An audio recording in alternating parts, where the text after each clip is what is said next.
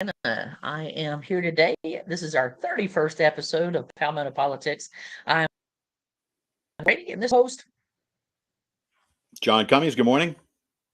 And folks, we're here to talk to you today about, something exciting. Having your taxes raised. What a beautiful thing, John. I love it when I wake up in the morning and I get my cup of coffee and open up the digital newspaper, if you will, and see that we're going to get a tax hike of 3.5 mils. That just makes my day right there. I mean, how about you? Are you excited about that? Oh yeah, thrilled. I mean, I'm so used to it anyway. But what I really would like to see from all local government, whether it's state or county, whatever, we want transparency. I want to see. Show me the books. Show me all of these programs that you have that have to be funded before we get to police and fire and the necessities. Show Yeah. me all the programs that you have that we're paying for that could probably be cut before you start raising taxes. It's as simple as that. We'd like to see the whole thing spelled out. I mean, that's one of the issues that we have. Not to get over to the federal side right away, but with that whole debt ceiling, raising the debt ceiling, they never asked Treasury to show us the books.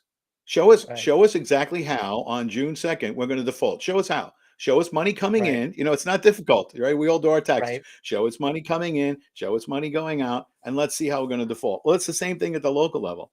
We want to see all of these programs, and how about we have like a list? Just show us a list of the programs and how much money is going towards them before you say, okay, we're raising taxes to increase police and fire. Well, we understand that we need more police and fire. We do. Sure. But before you get into raising taxes, maybe there's some other stuff that you could look at that's either outdated or doesn't deserve to be funded or is just not something that falls under the government's purview. Just get out of it altogether. This is about small government. It's not about no Right. government. It's about small government. Sure. Well, I like if you're not aware, folks, there was only one person on the county council who voted no, and that was Tyler Servitt. Now I'm not ready to call him a hero yet. I kind of want to know why he voted no. I haven't been able to get a response from him, but at least he said no. I don't do raise the taxes. And Councilman Al Allen took homage to that and said, "Hey, don't vote no tells." So he said, if you have a better suggestion, then tell us. And so apparently he put forward a couple things, and they said, no, don't like it. He offered an amendment that was going to get rid of two of the funds that were countywide. The measure failed. He then moved to have the money that the other council members were going to strip from him as punishment for his not voting in favor of the tax increase. They were going to take the money away, and so he said, "Well, I've never spent the money anyway." So it was $150,000 that had occurred in his account, and so he decided to give that money over to police and public safety. That motion passed 9-1. So who's the one person who said no? Don't give this money to the. Well, who's this idiot?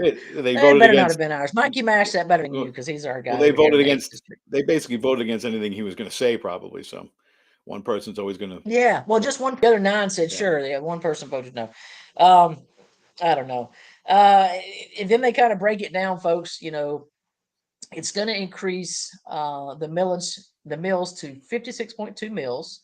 So in fiscal year 24, that is going to generate $3 million in Horry County. Budget is over 778 million. It includes a general fund, which is 254 million, a little more than, and it's going to add 159 new positions, of which 101 of those are going to be public safety, so police officers. They actually make up 60% of the total. Now, here's the numbers that don't really, as you say, add up, John. It says the budget is going to provide $7 million for repaving county roads and 3.9, an additional 3.9 million to pave some of the existing dirt roads.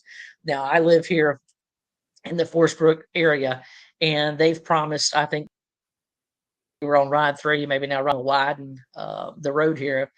And I ain't seeing any movement on that. I do see a lot of developments being built and additional housing being built. And that's one of the questions I have. Kind of, what are your thoughts? Al Allen said the reason for this increase being necessary is the influx of new people into Horry County. And I think you and I both agree there have been a significant number of people who've moved here, which is why we have an entirely new district. But John, correct me if I'm wrong here. When you moved here, John, did you get an exemption that you didn't have to pay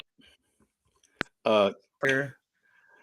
Yeah, obviously not. And Okay. you talked about development, and look, it is what it is. I mean, this is going to happen down here if it's an attractive lifestyle, and we all understand that.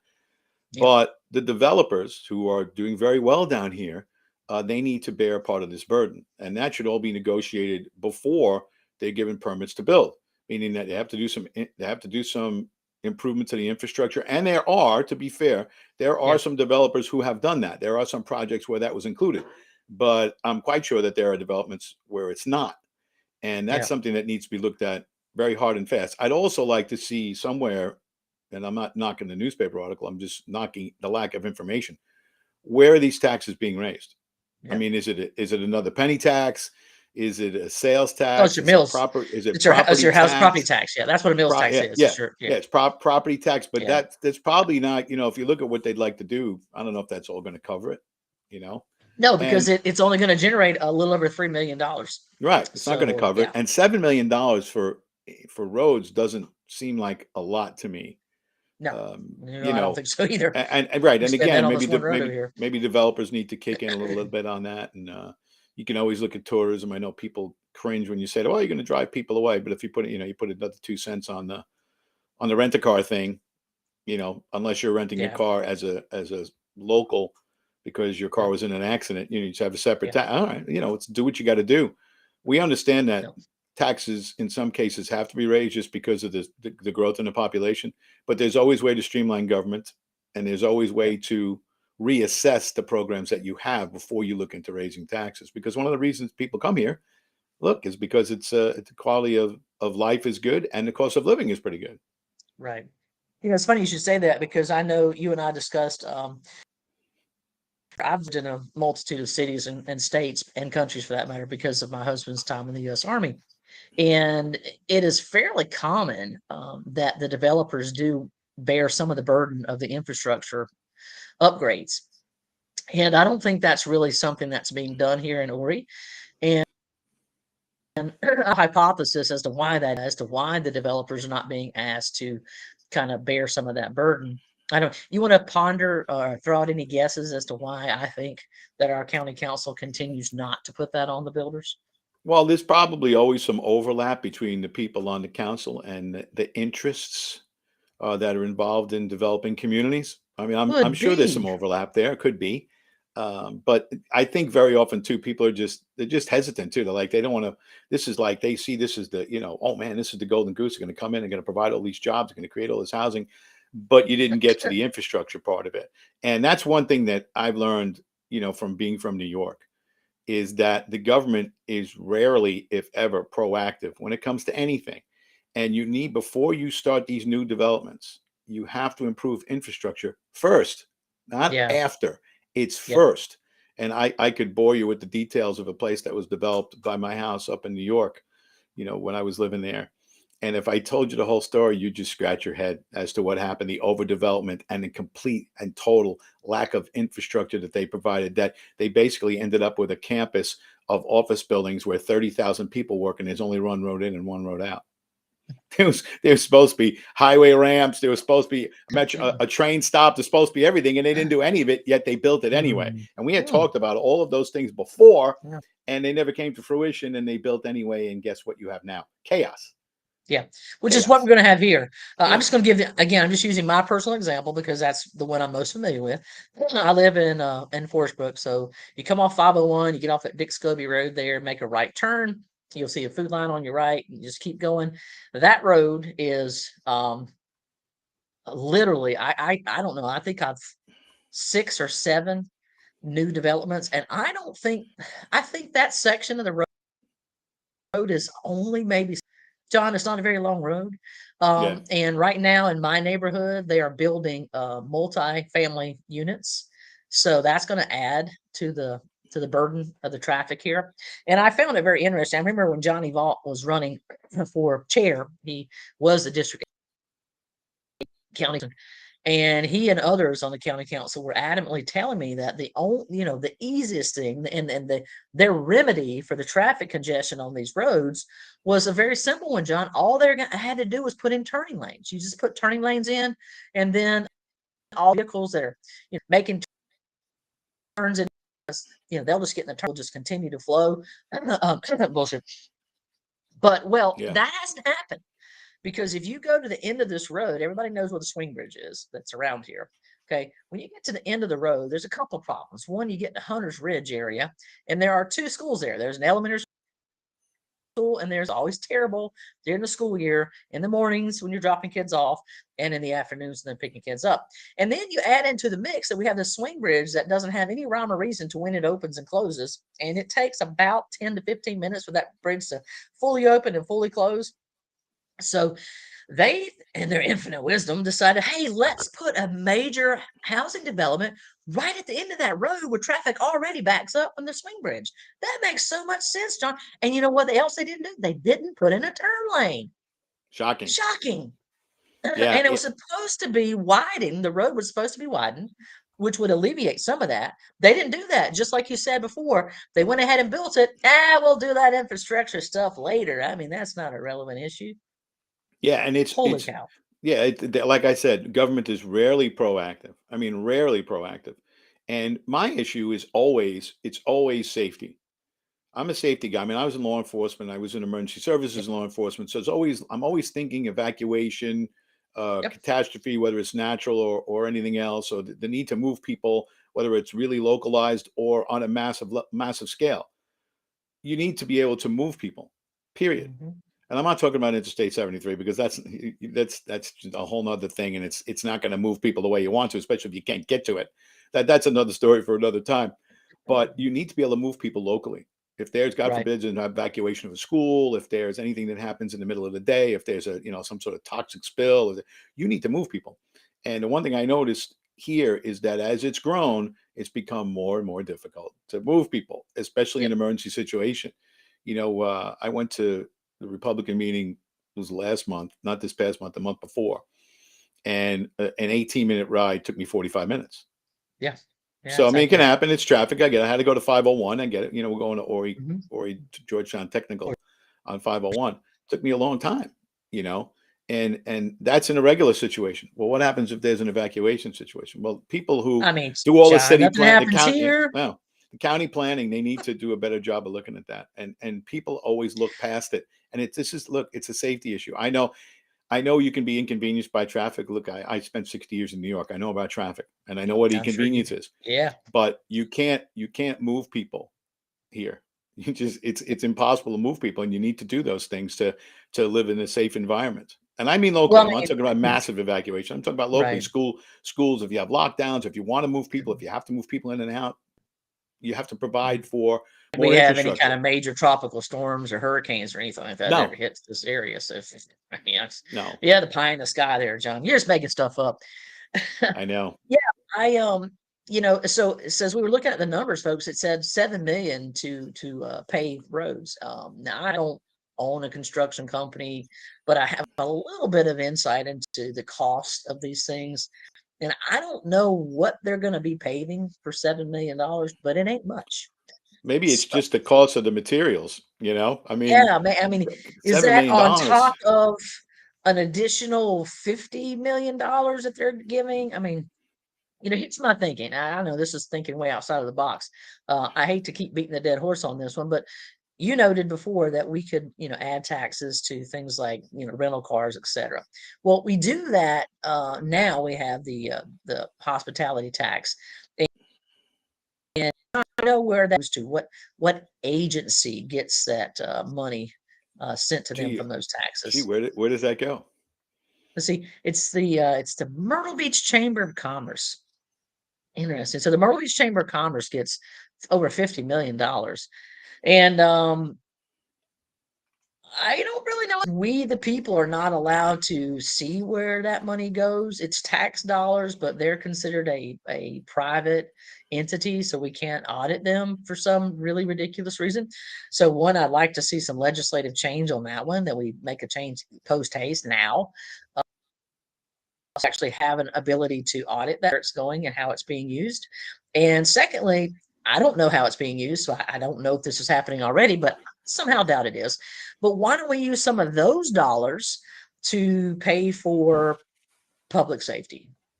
And then we can divert some of the money that we the county budget funding public servants, because that'll already be done with the chamber money, and then we can use that money to update our infrastructure. You know, we need more schools, we need better power, water, roads. All of those things need to be dealt with, and kicking the can down the road seems to be the mantra of every designed in the history of mankind. Nobody wants to be the bad guy that says, we got to get this done, and it may cost us a little bit. And then, But yeah, I and am. then remember Go the ahead. elephant in the room too is that in Colombia they're passing this quote unquote green legislation that's going to make it a whole hell of a lot more expensive to operate a business here and to live here. Within the next 10 years, a lot of predictions saying that your energy rates will be 2 to 2.5, possibly 3 times greater than they are now in the next Yeah. decade. And that's all because of Colombia. Well, let me say one thing that I can absolutely say with complete certainty. In addition to passing some legislation that allows us to have an audit of the money that is being raised by taxpayers and then given to the Myrtle Beach Chamber of Commerce, I would also like to see a law put in place that the Myrtle Beach Chamber of Commerce, any chamber that gets tax dollars sent to them, not zero tax dollars can then be given to candidates running for office. Because that's what's happening. Myrtle Beach Chamber is buying off candidates, and I know this because our illustrious Representative Heather Crawford Ammons talked to me about running for multiple offices, and she told me not to worry about funding, that I'll get funding from the chamber. And I think now that seems kind of odd. How can you promise me that? You're not in the chamber. You're not. But she knew, so one would have to conclude that maybe she's getting money from the chamber. Now, there's even been some question about whether or not individual members of the chamber are somehow getting, a slush fund kickback. I don't know. There's no way to confirm or deny that because we're allowed to see where that money goes. We just know the amount of money they get. I know Mr. David Hooks has tried repeatedly to FOIA that information, but he's been denied because, again, it's a private entity. And so they're like, oh, no, your little FOIA doesn't apply to us. And so we need to change that because I'm going to say it again. If our and not at $52 million, John, that's not some small little number, is being given to this agency, and we have no way to find out how they're spending it. Yeah, I totally agree on that. That's You know, right. if you have private monies coming into a chamber of commerce, which is really what it's supposed to be, is businesses donating so they can, help each other out in development and it's the trickle down theory when it comes to commercial real estate, et cetera. If it was private money, well, then you're right. We have no right to look at that. We don't. But once you throw tax money in there, if you're commingling funds, once you throw that in there, we should get to see the books. Period. I mean, it's our money. Everywhere else is transparent, but once it goes past that wall, it's no longer transparent. That's something that has to change, and that's a whole heck of a lot of money that could be used for some seriously good purposes instead of a lot of the nonsense that they waste their money on. Well, it's funny you should say that because let's talk about that aspect too, folks. Like John brought up a really chambers, plural, typically get their money from local businesses and individuals who want to help their particular community grow and benefit, et cetera, et cetera. And I'm pretty confident that's happening here in Myrtle Beach. Guys like Benji Hardy, they have a lot of money to throw around. So I would not be surprised to find out that he's giving money to the chamber as well. So they're not just getting $52 million a year. Who knows what their budget is? Right. It may be twice that. It may be That's 100, just the maybe tax more. money, right? That's just the tax money. Yeah, that's just the tax money. So we don't really know how much money they have, or whether there's actually a real need for them to continue to receive these funds, or if you and I are just being suckers and we're giving them, a blank check to do with what they wish. But anyway, that's not how I envision tax dollars being used appropriately. So I have an issue with it. Now, I don't know, John, I haven't had the opportunity to get in on any of the county council meetings because I opened up a new business, Sports Replayed. So I'm pretty much I'm the one of 3 employees, me, myself, and I. So I don't have the chance to go sit in and listen to the county council when they meet. I do see them frequently going by my store as they're going to one restaurant or the other. Rivertown Bistro is a very prominent location where they like to go eat. And I say that kind of little tongue in cheek because if you've been in Rivertown Bistro, it's a little pricey. So they go there and eat their lunch and whatever. I kudos to them. I'm glad they're eating local. But so that's the only time I see them, and I don't really get an opportunity to stop and hey say, hey, what's going on? What are you guys doing? How are you tanking our economy? But maybe it's time for us to start watching some of the videos and seeing what's going on because in addition to Tyler Servant being the only guy that voted no, I wasn't real crazy about the response from the other council members on his no vote. Now, again, full disclosure, I don't know why exactly he voted no. I'd like to hear his reasoning for it. If he just felt like it was an unnecessary tax hike, if he thought there was some other way to pay for these things, I want to give him the benefit of the doubt. And to that, he actually did invite him to come on the show. I have not heard back yet. But regardless of the reason that he chose to vote no, I did not response of the other account members because it seemed very much like a bullying, almost a blackmailing situation where they basically said, since you're going to vote no, we're going to punish you by taking away your discretionary funds. And I mentioned earlier in the show of that, I think he said in his in the 150 that he had not even spent. He didn't see a need to. So he donated those funds to public safety, which is great. But it kind of made me think, John, $150,000. I mean, that's not chump change. If you figure that you got 10 guys, yeah, I should say there's one. If they all have $150,000, and it's just what are they doing with it? They can use Right. it to pay for training and travel, and you know what? It sounds a lot like a slush fund. Maybe Right. that's where we need to have some cuts. If it's discretionary and you're not spending it, I mean, in reality, if they were all in that same boat and there was 10 of them, it's, to do the math, it's $1.5 million that it's not doing anything.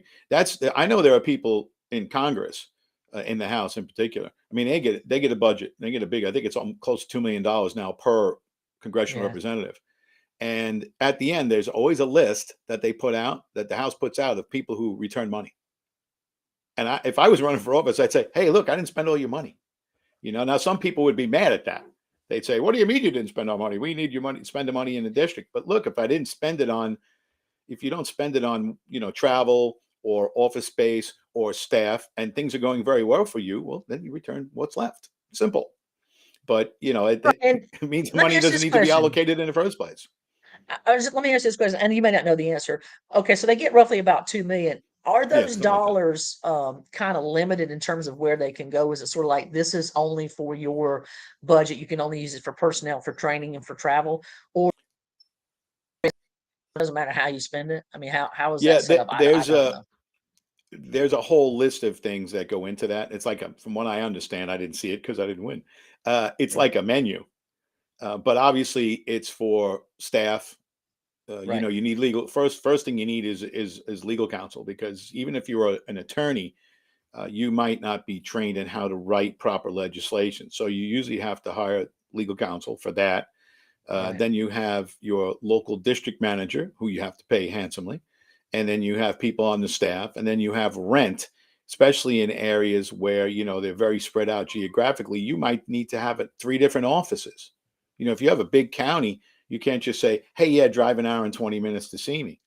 Right. That's not really good representative government, is it? There are No. actually people in some areas that, rather than have an office, they have mobile offices. They drive around the county from time to time, and this happens in every state. You drive around the county and say, okay, I'm your representative. We're going to be here this week. We're going to be here this week. We're going to be, I Right. think that's great. I think that's actually better than having 3 offices. Get a Yeah. mobile office and drive around and tell Yeah. people, we're going to be here these 3 days. We're going to be here these 2 days, go into town, and you got a problem, come Yeah. on in. But yeah, I mean, if you have that, Yeah. there's some discretion, because I know you can donate to charitable causes in the area. There's certainly a way to do that. But like I said, there's pretty much a menu of things you can do with it. And of course, I think more importantly, there's a list of things you can't do with it, like take Right. it. Yeah. Well, yeah, and that's the reason I was asking the questions because I was curious if going back to you said some people would be mad if they didn't spend it all. And I'm just using again our examples here in South Carolina. I know that Loris is they lost their postal office, and so they're looking for another one. So my thought was, okay, can they use that money if they have money left over to help fund something like that? Because then if they could and they chose not to, then I could understand why people would be Yeah, upset. I don't think you You could know, put it towards projects. I think that has to be gotcha. through the legislative process. I think it's strictly for, for management purposes and for serving the Sure. people, serving your constituents. I mean, I'm sure there's some gray area there that people take advantage of, but Yeah. people in Congress in particular, they're not getting rich doing that. Mhm. Skimming They're from getting that rich, money. but just Yeah, a different way. getting some inside information on stocks. Well, it Insider trading. might be a different story. Yeah. I always think, I've just been a congresswoman. She'd have been fine. Should have never served a day in jail. I'd have been totally fine to have done those things. Oh man. So that's kind of what's going on in the county council. So, folks, if you live in an area where there's construction happening, and if you're in Horry County, I don't, because it's pretty much happening everywhere. I mean, John, over in District 106, you guys got anything being built over there? Well, they're not doing any. There's no road projects going on right now, but they did. I mean, Interestingly enough, I mean, houses. Are they building I houses live, or yeah, anything? but I live right down the block from Georgetown County. I mean, I'm like not down the block, but Right. it's close. And Right. they're Yeah. building a very large apartment complex over behind the Home Depot of 17 business. Oh, nice. 17, Nice. 17, not Yeah. 17 business off Yep. Yep. 17. Gotcha. And it's a rather large complex. And it's very close to my house, but it's in Georgetown. So we had zero say on it. We don't live in. I mean, you can go to the Well, it won't area, affect but you at all, you, John. What are you talking about? You'll be completely I immune mean, to I tell that. you what, it's a pretty big complex. And my thing is, I know there was a move afoot when I first bought down here in 2018, that there was a move to limit multifamily dwellings, Yeah. meaning to cap townhouses and in particular apartment buildings, which is what this is, like five story Right. building. And Yeah. that's something that they should have gotten ahead of. They should have done that, because that's the sort of thing Yeah. that you really can't handle infrastructure wise. If you're bringing in private Yeah. houses, okay, people want to invest, that's great. And you're getting a beautiful home and everything. But then to have these, apartment building after apartment building after apartment building, and then when the economy goes south and you have people losing their houses, and then you have illegals coming in, and then you have, well, who do you think's going in that housing? That's exactly who's Exactly. going in that housing. And the government Yeah. pays top dollar. I mean, Right. that's really what ruined all of the local neighborhoods in New York City. Yeah. Was people were, not to get too off track here, but because I think it's the same discussion. What happened Yeah. up there was, mom and dad would pass away, you'd inherit the house that you grew up in, but Yeah. you don't live there anymore. You live in the suburbs. So what you do, rather than sell the house for the fair market value, is you would make it a two-bedroom apartment, and an illegal walk-in downstairs, and the city would pay you rent on 3 apartments, like to the tune of 5,000 a month. Holy And all smokes. you're getting is Section 8 people who are going to hang around the neighborhood all day and get into trouble for the most part, because Mm-hmm. people that Yeah. aren't working have time on their hands to get in trouble. And investment in the neighborhood, investment in an area is a great thing. Rentals, it's never a good thing, not on that Yeah. scale. And that's really what ruined a lot of the neighborhoods. It had nothing to do with who was coming. It had to do with the type of people that were coming in, and mostly they were people that weren't working. Right. Well, I know that was an issue definitely in Hawaii. We had, when we not deployed, when we were stationed overseas in Belgium, we had a house there. One of our stipulations was, no Section 8 housing. So the lady that Right. had been handling our property, about 6 months in, she stepped away. And so one of our renters at the time decided they were moving. We're in Belgium, so we're not even here. So the new person said, "Hey, I've got a family. It's for, I have 2 kids, or maybe it was 3 kids. I've had them in another house, and they need a larger place. They've never been late on their rent. What do you think?" That's exactly how she described it. We're like, "Well, yeah, great, fantastic." Well, she didn't mention the fact that they've never been late on their rent because they were Section 8. Right. Right. And that's and it's She really meant to say it was the government. But and what it's was top really sad dollar. about that is that they both worked. Both she and the man worked. They just weren't married. So she was Right. claiming herself as a single female, which is all kinds of scandalous. I mean, I was mad, because they're cheating the system. They're staying in a house to afford, with Section 8 housing. I hate to be like that, but I'm sorry. She was working for the state of Hawaii, and he was like a plumber. They make great money. Are They're you doing kidding okay. me? Oh my God. So I don't think Section 8 housing should be putting people in brand new homes. I'm sorry. I hate it. No, just call me whatever, but no, I don't think so. But anyway, I think that we have some issues that are coming. They're going to come to a head. We talked about this when I was running for county council here for District 8. One of my concerns was that both the county as well as the school board, very good job of having vision and seeing that, well, our schools are at 95% and 100% capacity. Should we look at building something else? And it's not as simple as, yeah, we need to build more schools, because John, and I know you know this, before you can build a school, what do you have to have?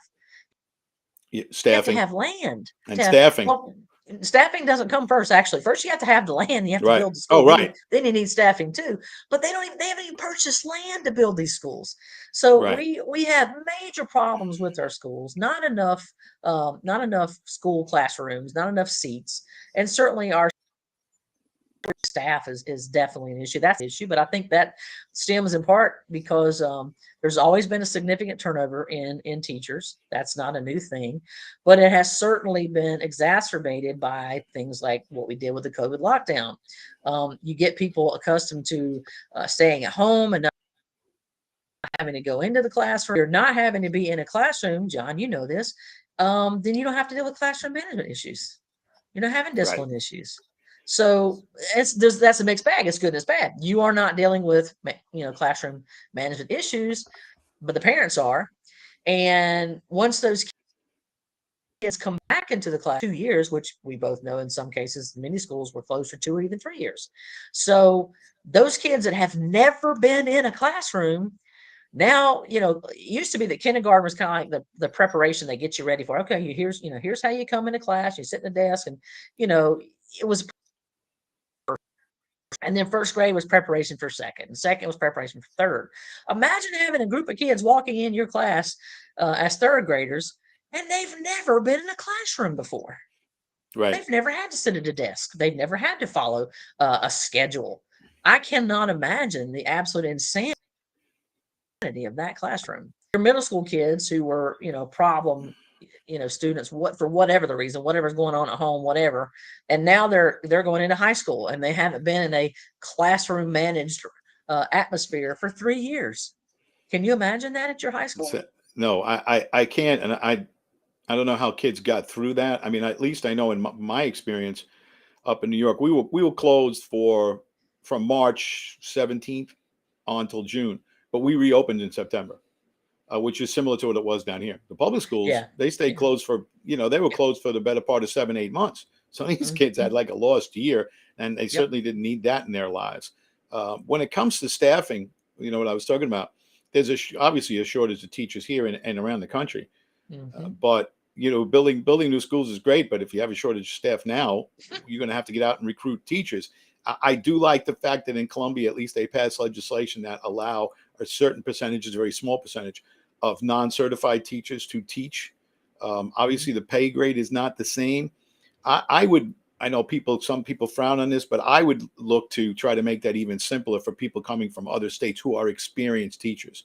Yeah, I know that when you have people in the Northeast, like I was in education for a long time, 22 years. You have people like me, or people coming from New Jersey or Massachusetts. And New Jersey and Massachusetts, you think what you want about the states, but they have yeah, some of the best education systems in the country.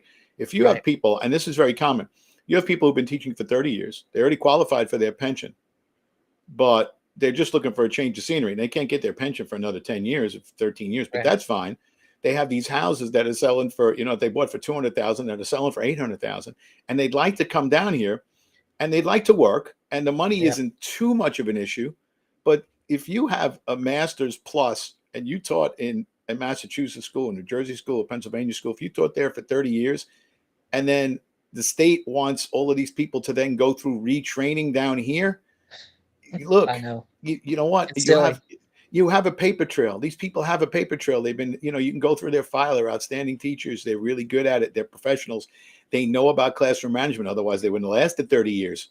And a lot of them, I think the great fear is, and this comes from the left, the great fear is these are established people who will insist on discipline and will Mhm. not teach anything that they're not supposed to teach. They still get it, even though they might be people who are liberal thinkers when it comes to politics.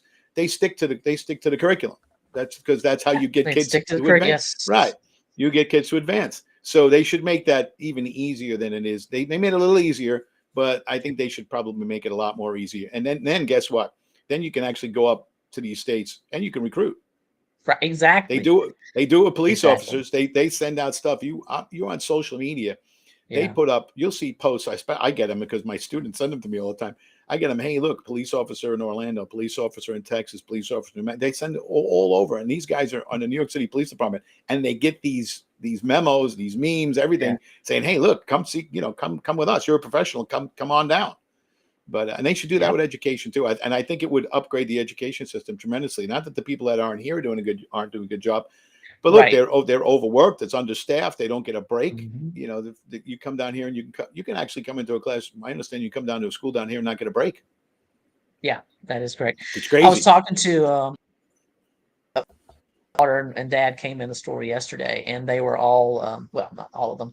The daughter was a teacher. The mom had worked in the school for 15 years, and the dad was a farmer. But we were talking, and the teacher actually they're from Horry County, and they have a year-round schedule. So they go to school for 8 weeks, and then they go for 8 weeks, and they take 2 throughout the whole year. I actually love that. I think had I had the opportunity to teach in that, I would have liked it, because I think, she said you just get to the point where you're like, oh my God, I'm so tired, and it's like, wait, I get 2 weeks off, and I got So how nice would that have been to have those 2 weeks off? Break. But it's not so long of a break that they've forgotten any of the things that you've taught them. So I actually like that. I was a big fan of the idea of year-round school. A lot of people weren't, but I think it works. And I don't know anybody that really vacations for more than 2 weeks anyway. So if you're going to get, and then they go back like July 10th, but then they're back out of school again in September. So they could take time off in June and July, and then they could take time off again in September and go on vacation. So I kind of like that idea. I think it allows more flexibility. I guess the big issue would be, and this is one that we discussed this what do we do for those families who they don't have the child care ability? So their child's out every 8 weeks for 2 weeks. Where are they putting their kid? What do you do for the single mom or the single dad who, so those are some of the areas that we were trying to figure out. And I even saw, and I'm trying to be understanding. There is a program, and every state I've ever been in, they've had this program where if you have kids who are on the free meal plan, they really were only eating, and this, they were only eating when they were in school. So when school's out, they're having to skip meals. And so some of the parents are, I don't know if they're parents, but some of the people that I saw commenting when they saw that this program exists here, that they continue to feed them lunches through the summer. They actually open up the schools, they do breakfast and lunch for the kids. And they were like, well, what about SNAP? That's what SNAP is for. What is it? Let me tell you something. As a former teacher and having taught in the public school, a lot of these kids, they're not being raised by their parents. And if they are being raised by their parents, a lot of times their parents just don't know how, or they're not willing to fill out the simple paperwork to get these kids free meals. You would think every kid free meal, but you actually do have to fill out the paperwork. And some of these parents don't do it. And then a lot of them are raised by their grandparents, and the grandparents don't know how to do it. So I can't tell you how many kids I had who would have absolutely qualified for free lunch or certainly reduced lunch prices, and they just didn't because the paperwork was done. And folks, there are just parents out there who are not good. Yeah, it's a tough spot. I mean, I disagree with you on the year-round school. I mean, from a teacher's perspective, it would have been nice. But I would, the way things are now, I'd probably like to have 10, 11 weeks to deprogram my child rather than have them in there all the time. And I think that's a good point. I think too that I think you would have an even bigger lack of teachers. And I think some teachers get into it because they're off for the summer. And they like it. You got your 11 weeks and let's shut it down for a while. But as far as the lunch programs are concerned, it's a difficult spot because look, and I taught in a school where 40% of the students lived in the poorest congressional district in the United States. That was the old New York 15. And that meant that, they had the highest number of people living below the poverty line, which was family of four, $21,000 a year. Yeah. So you knew that a lot of these kids weren't eating if Right. it weren't for school. They weren't eating much, Yeah. and it was always that way. The problem with a lot of these programs now is that, especially in urban areas, is that the people who run the programs are told to turn no one away. That includes adults. And Yeah. because you don't want That is true. confrontation. So if somebody walks in and the guy's 25, 28, 30 years old and he says, "Hey, I'm a high school senior," you can't question him. So they end up feeding everybody, and it Yeah. costs the taxpayer a fortune. Yeah. Do you want to help kids that need a meal? Look, I saw kids who didn't eat. Yeah. There were times when all of us, we had at the end when I taught in school, the kids had to buy lunch, and we were always like, here, slip them a couple of bucks, we'll get some lunch. The kid didn't eat. Yeah. Horrible to watch. So Yeah. there's certainly a place for those lunch programs and breakfast programs, but there really needs to be a way to regulate them, because you shouldn't be feeding the whole county. Yeah. Yeah, I know when I taught at Chester High School, I had kids who didn't have the money for their lunches, and so what I did is we had 90-minute block classes. So my lunch and my free period kind of backed up to one another. So what I would do is I would always have crackers and peanuts and bottles of water and Slim Jims and little things of cheese and everything else in my room. And I made it a policy because a lot of kids like to come in there and eat lunch in my room, which is totally fine with me because we just kind of talked about whatever. It was sort of a quote unquote safe space. And so, but I had a rule, and everybody knew the rule. If you came in during lunch period, you had to either bring food or you had to get food out of the cabinet. You couldn't sit in there and not eat because it made other people feel uncomfortable. And so a lot of kids would come into my room and I'd say, you know the rule, go get something, get a Pop Tart, get whatever. And so they'd go get something. And I know that a lot of those kids just didn't have any. So had they not come in my classroom, and so I never talked about it. In fact, this is the only time I've talked about it publicly because I never wanted any of those kids to feel ashamed.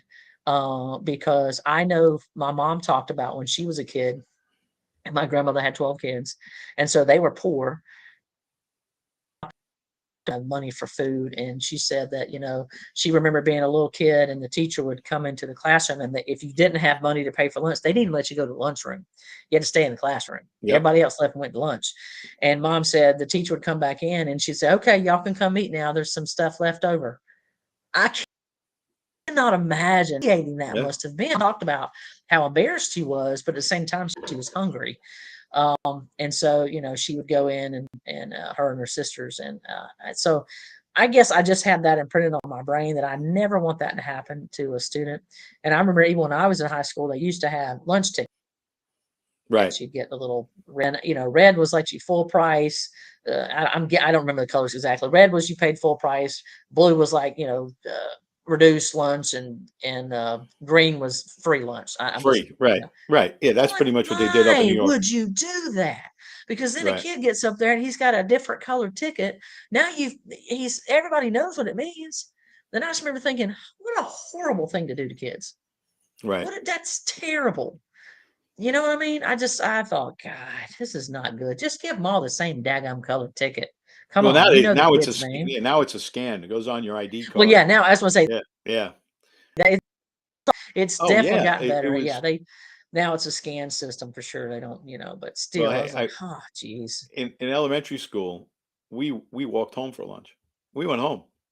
Yeah. If you could imagine, I mean, it's neighborhoody. We just walked home. You had 50 minutes. You ran home. You ate. You ran back. Yep. So and parents, for what it's worth, mom was home then in most Yeah. cases, Yeah. and you had to prove that mom was home. Otherwise, you couldn't go home for lunch. I mean, you had Right. to tell them school that look, the Right. mother's home. And then obviously you saved a lot of money that way by having, Mhm. what my dad used to call jam sandwiches, two pieces of bread and jamming them together. Uh, Yep. we ate, saved a lot of money that way. Yeah. So Yeah. So I'm never against helping kids, but I understand what you're saying that, then when you get in these situations where people can't even check look, if it's elementary school and some 20-something-year-old kids walking in, I'm like, yeah, I know. yeah, There's But yeah, I don't they're know. all told to back off, just back off because we don't want Well, yeah, because you don't want confrontation somebody and to go don't crazy and question be any, violent. right, don't Yeah, question anybody. And so when you yeah, go to, any urban area school, is the whole neighborhood's there eating breakfast and lunch. that's So insane. yeah, and it obviously costs a Yeah, tremendous amount of money, and hopefully that is not an issue here. yeah. Well, I know one of the things I wanted to talk about at our HCGOP meeting, and I've seen it put on Facebook before, and I've thought it many times myself, is that if folks, they want to donate money to a group or whatever, call some of the local schools up, particularly are there any kids that have lunch tabs that haven't been paid off, and pay off the lunch tab? Um, Right. Now I know there are certain situations where the parents actually could afford to pay it off. They just are terrible with budgeting. They just don't do it. I can see that happening even to some folks in my family because they're just not good at budgeting. But a kid, because the parent's an idiot, don't punish a kid. So that's one thing. I remember there was a school, and this story was probably 10 years ago, where there was a young kid who his parents were behind on paying the bills, like third grade or whatever, and they made this kid go sit, and they like ostracized him. They wouldn't even let him sit with his friends. He had to sit off by himself. He couldn't sit with his friends. And there was another example of where a kid was given a plate of food and he was not supposed to get any food anymore because his bill hadn't been paid, and the teachers came, took the food away from him, and threw it in the trash. Now, as a citizen, I'm telling you, that made me livid. I was angry. Kidding me? You oh, them's fighting words. Yep. I'm just going to tell you right now, there's no way they would have fired me that day, because I would have gone in there and said, "Give me another lunch," and I'd have paid for it. I wouldn't got that kid, and I may have become a little irritated with whatever teacher took the food and threw it away, because that's just, why are you wasting? But then why would you embarrass a child like that? What is wrong with you? You're fired. You shouldn't be a teacher. You're fired. Compassion is a thing, folks. It's a real thing. And all right, last thing we want to talk about is the Southern Poverty Law Center. You know, that liberal truth and values. Oh They yeah. have recently, John, they have come out and decided there's an entire group of people that are on par with the Ku Klux Klan. They've declared them a hate group. Any guesses as to who it is they've declared as a hate group? Well, I'm quite sure that it's probably a conservative thinking group. Moms for Liberty. Moms for Liberty has now been dedicated as a hate group by the Southern Poverty Law Center. So I tried to reach out to the Horry County chapter president, which is Mr. David Warner, to get him to come on. I just wasn't able to get to him because it was just this morning. Know where he stands on that issue, but it reminds me of the FBI being sent the go and target parents because they're terrorists. What do you think? What do you think, John? Yeah. I mean, that should be a badge of honor to be put on that list by the Southern Poverty Law Center, which is probably one of the most hateful groups in the country. Um, and I think, by doing things like this, it actually helps a group like Moms for Liberty because it gets them more and more and more publicity. And that's one thing that there are big parts of the left that they don't understand this idea that, any publicity is good publicity. So when you put that group of moms, and I know there's men in there as well, but when you put that group, anything that's named moms that you're putting on like a terrorist list, probably a bad idea. It's going to attract attention from both sides. And I think in the long run, even though it's ridiculously inappropriate to do that, I think it helps the group. I really do. I think it brings a lot of attention to the group, and people who never even heard of Moms of Liberty will now hear of it, look it up, and hopefully get involved in their child's education a bit more than they already are. Yeah, I every time I think the left, they've gotten to the cliff, and if they go any further, they're going to fall off. Build a little platform, and they extend it out a little bit more, and go a little further to the left. This is definitely to the left. It used to be the original intent of the Southern Poverty Law was to basically, fight for liberal values, and liberal values, things like, I don't know, speech, the right to say Yeah, and with think civil and civil feel as you rights. choose. Exactly. Right. But now it's gone into this completely liberal craziness. I saw there was a supposed gynecologist. And her last name was Quinn, which I thought was funny. Dr. Medicine, Was that what they called her? Not to quit The medicine, TV show. You man. remember that? Yeah. Yeah. So her name was Dr. Yeah. Quinn, and she was a gynecologist. And another medical doctor was asked a question: Is Mulvaney, the guy, what's his name?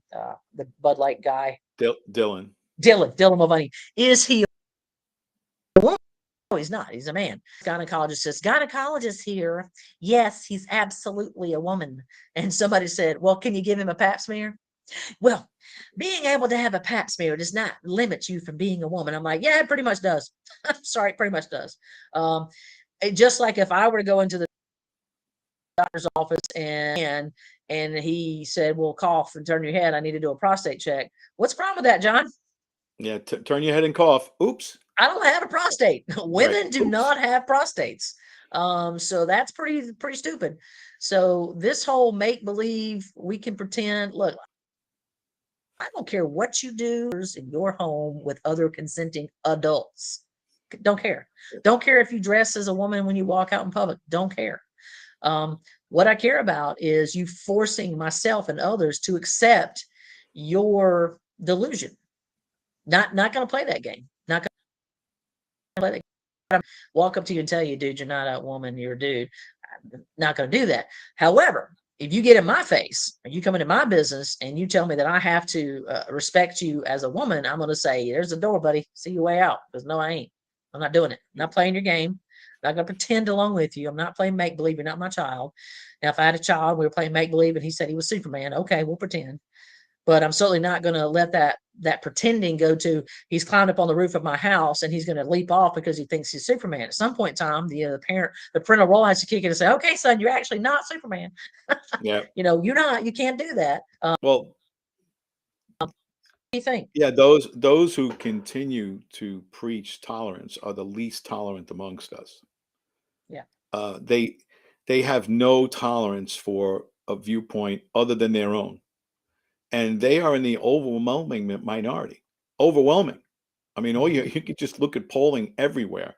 People are not in favor of any of this, yet they're intimidated by groups like the Southern Poverty Law Center and the media in general that they're going to get canceled, that they're going to lose their way to support themselves. They're going to lose everything that they've worked hard for just because they said something that those in charge, who think they're in charge, don't agree with. Yeah. And that's the major issue here is that you can get canceled for saying just about anything unless you stand up. You can stand Yeah. up and they could just keep coming at you. And they try to ruin comedians. They try to ruin. I mean, they've ruined comedy. Let's face it. At least they've tried to.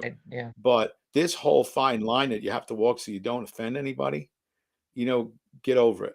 Well, I think I've been offended my whole life, and that's not going to stop now. And yeah. it is what it is. You're going to be offended by things, and some things you should be offended by. But if someone disagrees with you, first of all, it's not necessarily personal, so don't take Right. it that way. And Right. you have to try to take the emotion out of it. And that's one thing that the left doesn't seem to be able to do is take the emotion out of any argument they make. I'm actually on board with the idea of limited and very, I hate to use the word targeted because I'm going to talk about target, but I think widespread boycotts don't work. They're not effective. But I think that we've seen what happened with Bud Light as an example. That's been a very effective targeting campaign in terms of boycotting because Bud Light's definitely felt the pain and they're trying to fix it. I'll never drink anything from Anheuser-Busch again. I'm done.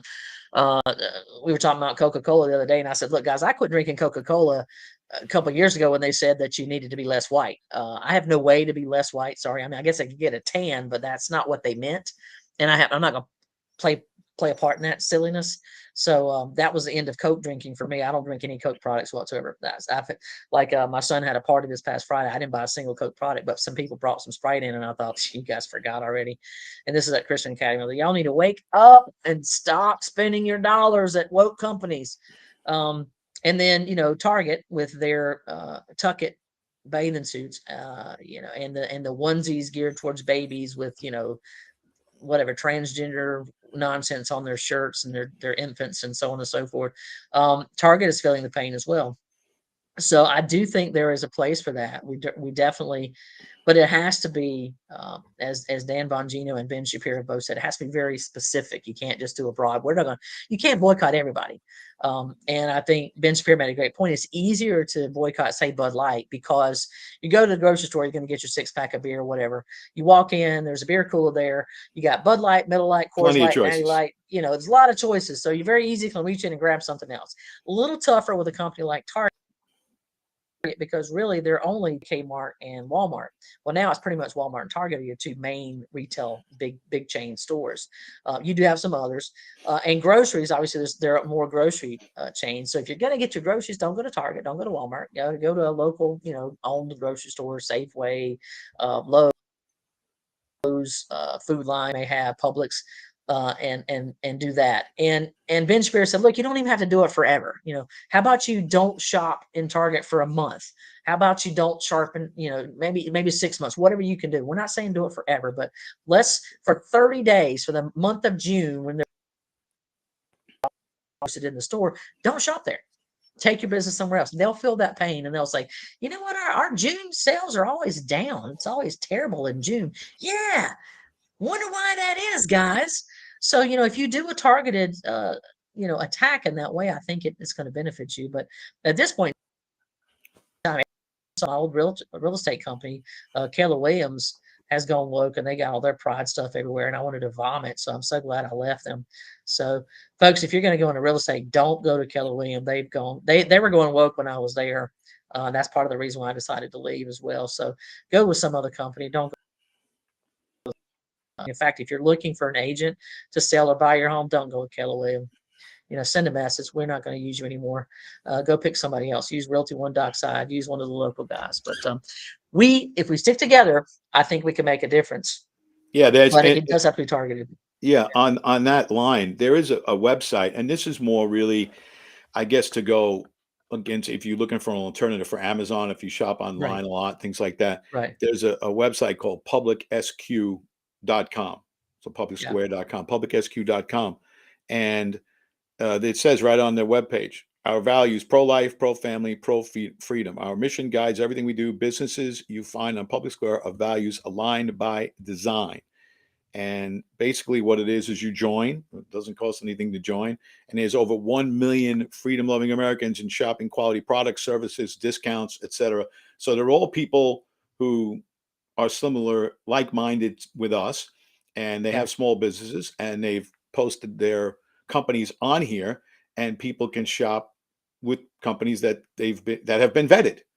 And that's really more, if you look, it's really more of I think it's more aimed at avoiding Amazon and buying everything from there. These are businesses, and there are thousands Mammoth of Nation's businesses on another there. one of those. Yeah, they're another one. Mammoth Nation's another one. Public SQ.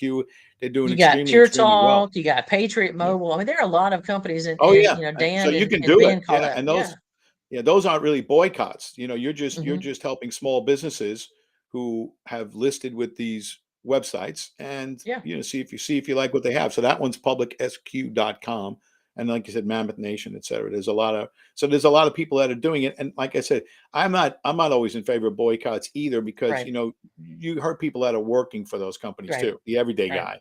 So it's, you go after a big company like Budweiser. Okay, Anheuser-Busch is a massive company, and it's not even owned by Anheuser-Busch anymore. Just this massive It's conglomerate.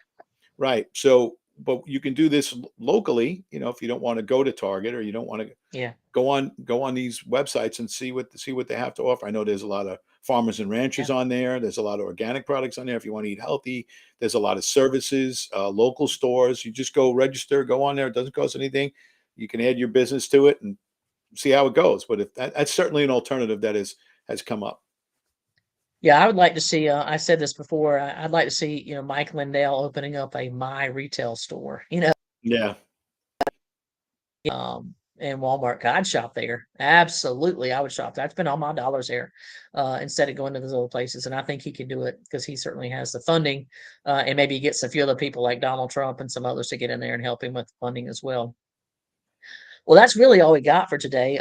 Just kind of wanted to talk a little bit about what's going on with county council. We are still hoping to get Laura Shear on maybe next week, as well as David Pascal, to talk about the that's going on in the state of South Carolina, and to talk about what's going on with our voting.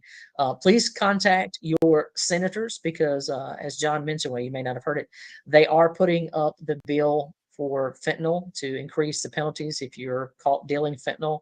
That has made it through the House again, and so we're hoping that's going to get through the Senate. So call your state senators and let's push that through. That's all I got. Anything else, John? Yeah, that fentanyl bill, from what I heard this morning, up to 40 years imprisonment, which is about what it should be. Absolutely. Well, folks, that's all we got. Tune in. As always, Godspeed, God bless, and we'll see you next time.